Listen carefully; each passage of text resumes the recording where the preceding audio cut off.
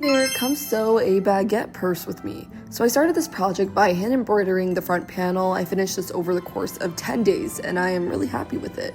The next thing I wanted to do was harvest hardware from old bags. So there were two options I had. I ended up going with the beige because I like the magnetic clasp and the size of the rings. It took me a hot sec to rip open the bag and get all the pieces of the magnet, but it was definitely worth it. It was a bit of a struggle though. I had to take out the tweezers and all the pliers, but it ended up working great.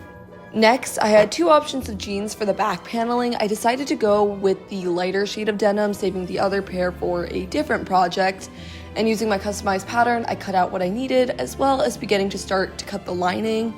But unfortunately, my cat kept deciding to sit on the project as I cut it. Wacko! Dude, what are you doing? Anyway, now I'm clipping the lining together. I took it to the sewing machine, making sure to leave a gap at the bottom so I could turn the piece out. One of my biggest toxic traits is always making it too small. But after that, I was finally able to start working on the outside of the purse as well as the back panel. I decided to add an additional pocket stretching across the back, which I was kind of playing around with, and I'm happy I ended up doing it for more space. Once I finished that, I focused on creating space for my hardware. I made little tabs so it can be connected to the purse. I worked on attaching the magnets to my lining, which I was honestly just winging the whole entire project, and I did some stabbing and I got a result that ended up working.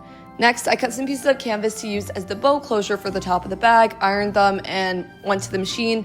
Mid-top sew, my bobbin thread came out and I started tweaking because I had been sewing for so long. I could not for the life of me find white thread, which just drove me insane. Finally, with all my pieces, it was time to assemble and sew. I was a little nervous as I lined everything up, said a little prayer, and went for it, and yay, the final result wasn't bad.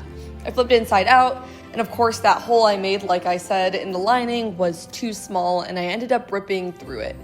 That's okay, I did a little sewing, and after giving a quick press, I sewed a canvas strap connected to the bag, and voila, this was my final embroidered baguette purse.